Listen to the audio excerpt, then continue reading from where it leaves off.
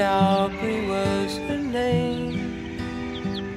A not so very ordinary girl or name, but who's to blame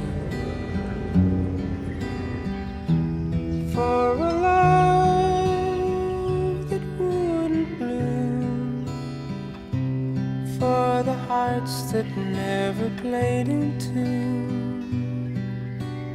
like a lovely melody that everyone can sing. Take away